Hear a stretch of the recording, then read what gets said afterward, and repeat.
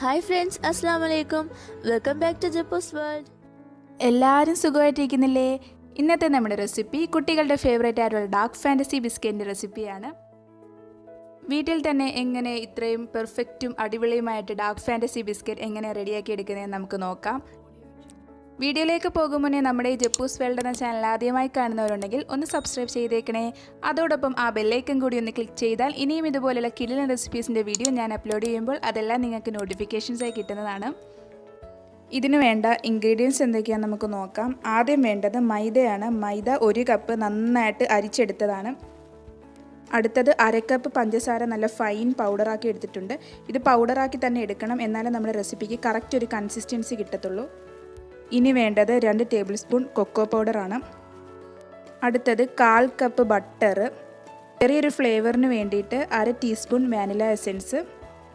നമ്മുടെ recipe dark fantasy ആണല്ലോ, അപ്പോൾ ഇതിൻ്റെ മെയിൻ ഇൻഗ്രീഡിയൻ്റ് ആയിട്ടുള്ള ചോക്ലേറ്റ് ആണ്. ഡാർക്ക് ഫാൻറ്റസിയുടെ ഉള്ളിലുള്ളത് ഡാർക്ക് ചോക്ലേറ്റ് ആണ്, അപ്പോൾ നമ്മളിവിടെ എടുത്തിട്ടുള്ളത് ഡാർക്ക് കോമ്പൗണ്ടാണ്. ഇനി ഈ ചോക്ലേറ്റിൻ്റെ ബാറ് നമുക്ക് ഈ രീതിയിൽ ഏകദേശം ഒരു 1/2 കപ്പിൻ്റെ അളവിൽ നമുക്കൊന്ന് കട്ട് ചെയ്തെടുക്കാം. ഇപ്പം നമ്മൾ 1/2 കപ്പ് ചോക്ലേറ്റ് ഇവിടെ ഗ്രേറ്റ് ചെയ്തെടുത്തിട്ടുണ്ട്. ഇനി നമുക്ക് ഇതൊന്ന് മെൽറ്റ് ചെയ്തെടുക്കണം. ഇതൊന്ന് മെൽറ്റ് ചെയ്തെടുക്കാൻ വേണ്ടി ഞാൻ ഫ്ലെയിം ഓൺ ചെയ്തിട്ട് അതിലേക്ക് ഒരു പാൻ വെച്ച് കൊടുത്തിട്ടുണ്ട്. അതിലേക്ക് നമുക്ക് ഈ ഗ്രേറ്റ് ചെയ്ത ചോക്ലേറ്റ് ഇട്ട് കൊടുക്കാം. എന്നിട്ട് 1 സ്പൂൺ വെള്ളം ഒന്ന് ഒഴിച്ചു കൊടുക്കാം. ഇനി ഇത് നന്നായിട്ടൊന്ന് മെൽറ്റ് ചെയ്തെടുക്കാം. ഇത് മെൽറ്റ് ആവാൻ ഒരുപാട് ടൈമൊന്നും വേണ്ട, 3 മിനിറ്റ് കൊണ്ട് മെൽറ്റായി കിട്ടും. മെൽറ്റ് ചെയ്യുമ്പോൾ എപ്പോഴും ലോ ഫ്ലെയിമിലിട്ടിട്ടേ മെൽറ്റ് ചെയ്യാവൂ.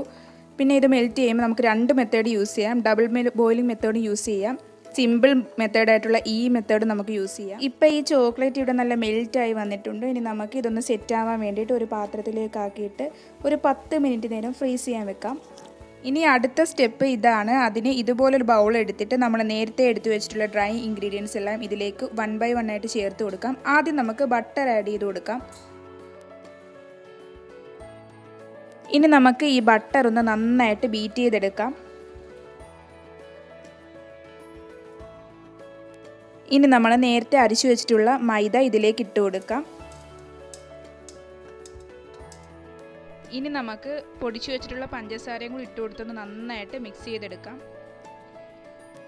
അടുത്തത് നമുക്ക് ഇതിലേക്ക് കൊക്കോ പൗഡർ ഇട്ട് കൊടുക്കാം. ഇനി നമുക്ക് ഇതിലേക്ക് വാനില എസൻസ് ഒഴിച്ചു കൊടുക്കാം. ഇനി നമുക്ക് ഇതൊന്ന് നന്നായിട്ട് നല്ല ചപ്പാത്തിൻ്റെ പോലെ നല്ല സോഫ്റ്റ് ആയിട്ടുള്ള ഡോയിൽ കുഴച്ചെടുക്കണം. നമ്മുടെ മാവ് ഇപ്പം നല്ല സോഫ്റ്റ് ഡോയിൽ വന്നിട്ടുണ്ട്. ഇതിൻ്റെ പരുവം എന്ന് പറയുന്നത് ചപ്പാത്തിയെ കാട്ടി കുറച്ചുകൂടെ നന്നായിട്ട് സോഫ്റ്റ് ആയിട്ടാണ് നമ്മളിത് അയച്ചെടുക്കേണ്ടത്. ഇനി നമുക്ക് ഇതൊരു 10 മിനിറ്റ് നേരം റെസ്റ്റ് ചെയ്യാൻ വെക്കാം. നമ്മൾ നേരത്തെ ഫ്രീസിങ്ങിന് വെച്ചിട്ടുള്ള നമ്മുടെ ചോക്ലേറ്റ് ഇവിടെ നല്ല സെറ്റായി കിട്ടിയിട്ടുണ്ട്. ഇനി നമുക്ക് അത് ഒരു സ്പൂൺ വെച്ചിട്ട് ഇങ്ങനെ എടുത്തിട്ട് ഒന്ന് ഉരുട്ടി ഒരു പാത്രത്തിലേക്ക് വെച്ച് കൊടുക്കാം. ഇതുപോലൊരു ബോൾ ഷേപ്പ് ഇങ്ങനെയാണ് ഉരുട്ടിയെടുക്കേണ്ടത്. ഇനി ഇതുപോലെ നമുക്ക് ബാക്കിയുള്ളതും ഉരുട്ടിയെടുക്കാം. ഇപ്പോൾ ഈ ചോക്ലേറ്റ് എല്ലാം കുഞ്ഞു കുഞ്ഞു ബോൾസ് ആയിട്ട് എല്ലാം ഉരുട്ടിയെടുത്തിട്ടുണ്ട്. ഇനി നമുക്ക് റെസ്റ്റ് ചെയ്യാൻ വെച്ചിട്ടുള്ള മാവ് 10 മിനിറ്റ് കഴിഞ്ഞിട്ടുണ്ട്. ഇനി നമുക്ക് ഈ മാവ് കുറച്ച് എടുത്തിട്ട് ഒരു ബോളായിട്ട് ഉരുട്ടണം. എന്നിട്ട് ഒന്ന് കയ്യിൽ വെച്ചിട്ട് ഒന്ന് പ്രസ് ചെയ്ത് കൊടുക്കണം. ഇനി നമ്മൾ നേരത്തെ എടുത്തു വെച്ചിട്ടുള്ള ചോക്ലേറ്റിൻ്റെ ബോൾ ഇതിലേക്ക് വെച്ച് കൊടുത്തിട്ട് നന്നായിട്ടൊന്ന് കവർ ചെയ്തെടുക്കണം. കവർ ചെയ്യുമ്പം നന്നായിട്ട് കവർ ചെയ്യണം. എല്ലാ ഭാഗത്തും ഒരേപോലെ ആവാൻ ശ്രദ്ധിക്കണം. അല്ലെങ്കിൽ നമ്മൾ കുക്കി ബേക്ക് ചെയ്യാൻ വെക്കുമ്പോൾ ഈ ചോക്ലേറ്റ് ലീക്കാവും. ഇതുപോലെ നമുക്ക് 1 ബൈ 1 ആയിട്ട് എല്ലാം ഇതുപോലെ ചെയ്തെടുക്കാം. ഞാനിവിടെ എല്ലാ കുക്കിയിലും അകത്ത് ചോക്ലേറ്റ് വെച്ച് ഇതുപോലെ കവർ ചെയ്തെടുത്തിട്ടുണ്ട്. ഇനി നമുക്ക് ഇത് ബേക്ക് ചെയ്യാൻ വേണ്ടിയിട്ട് ഞാൻ ഇതുപോലൊരു സ്റ്റീൽ പ്ലേറ്റിൽ കുറച്ച് ബട്ടർ ഗ്രീസ് ചെയ്ത് വെച്ചിട്ടുണ്ട്. ഇനി നമുക്ക് ഇതിലേക്ക് ഓരോ കുക്കിയും എടുത്ത് വെച്ച് കൊടുക്കാം. ഇനി ഇത് ബേക്ക് ചെയ്യാനായിട്ട് പ്രീ ഹീറ്റ് ചെയ്ത പാനിലേക്ക് നമുക്കിത് ഇറക്കി വെച്ച് കൊടുക്കാം. നമുക്കിതൊന്ന് അടച്ചു കൊടുക്കാം. എന്നിട്ട് 30 മിനിറ്റ് നേരം ഒരു ലോ ഫ്ലെയിമിലിട്ടിട്ട് നമുക്കിതൊന്ന് ബേക്ക് ചെയ്തെടുക്കാം. നമ്മുടെ കുക്കി ഇവിടെ റെഡിയായി വന്നിട്ടുണ്ട്. നമുക്ക് ഇത് പാനിൽ നിന്ന് എടുക്കാം. നമ്മുടെ കുക്കി ഇവിടെ നല്ല പെർഫെക്റ്റായി തന്നെ കിട്ടിയിട്ടുണ്ട്. ഇതിൻ്റെ ബാക്ക് സൈഡൊന്നും കരിയാതെ കറക്റ്റ് ഒരു സ്ട്രക്ചറിൽ കിട്ടിയിട്ടുണ്ട്. ഞാനിതൊരെണ്ണം നിങ്ങൾക്ക് കട്ട് ചെയ്ത് കാണിച്ചു തരാം.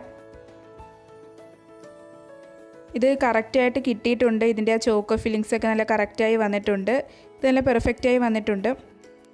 എന്നാലും നമ്മൾ പുറത്തുനിന്ന് മേടിക്കുന്ന കുക്കിയുടെ അത്രയും പെർഫെക്റ്റായി നമ്മുടെ റെസിപ്പി വരുമെന്ന് ഞാൻ അവകാശപ്പെടുന്നില്ല. കാരണം ഇത് അതിൻ്റെ ഒപ്പത്തിനൊപ്പം നിൽക്കത്തില്ല. കാരണം നമ്മൾ ഈ കുക്കി തയ്യാറാക്കി എടുത്തിട്ടുള്ളത് ഒരുപാട് ലിമിറ്റേഷൻസ് വെച്ചിട്ടാണ്.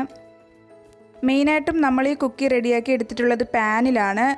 പിന്നെ ഏതൊരു ബ്രാൻഡായാലും അവരുടെ ട്രേഡ് സീക്രട്സ് ഒരിക്കലും പുറത്ത് പബ്ലിഷ് ചെയ്യാറില്ല.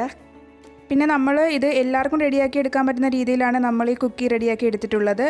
പിന്നെ നമ്മുടെ കുട്ടികളുടെയൊക്കെ സന്തോഷത്തിന് നമുക്കിത് വീട്ടിൽ തന്നെ റെഡിയാക്കി എടുക്കാവുന്നതേ ഉള്ളൂ. എല്ലാവരും ഇത് ഉറപ്പായിട്ടും ഒന്ന് ട്രൈ ചെയ്ത് നോക്കുക. നമുക്ക് എല്ലാവർക്കും തീർച്ചയായും ഈ റെസിപ്പി ഇഷ്ടമാവും. ഈ റെസിപ്പി ഇഷ്ടമായെങ്കിൽ ലൈക്ക് ചെയ്യുക, സബ്സ്ക്രൈബ് ചെയ്യുക, ഷെയർ ചെയ്യുക. എൻ്റെ പ്രീവിയസ് വീഡിയോസൊക്കെ കാണുക. എല്ലാവരും ഹാപ്പിയും സേഫും ആയിട്ടിരിക്കുക.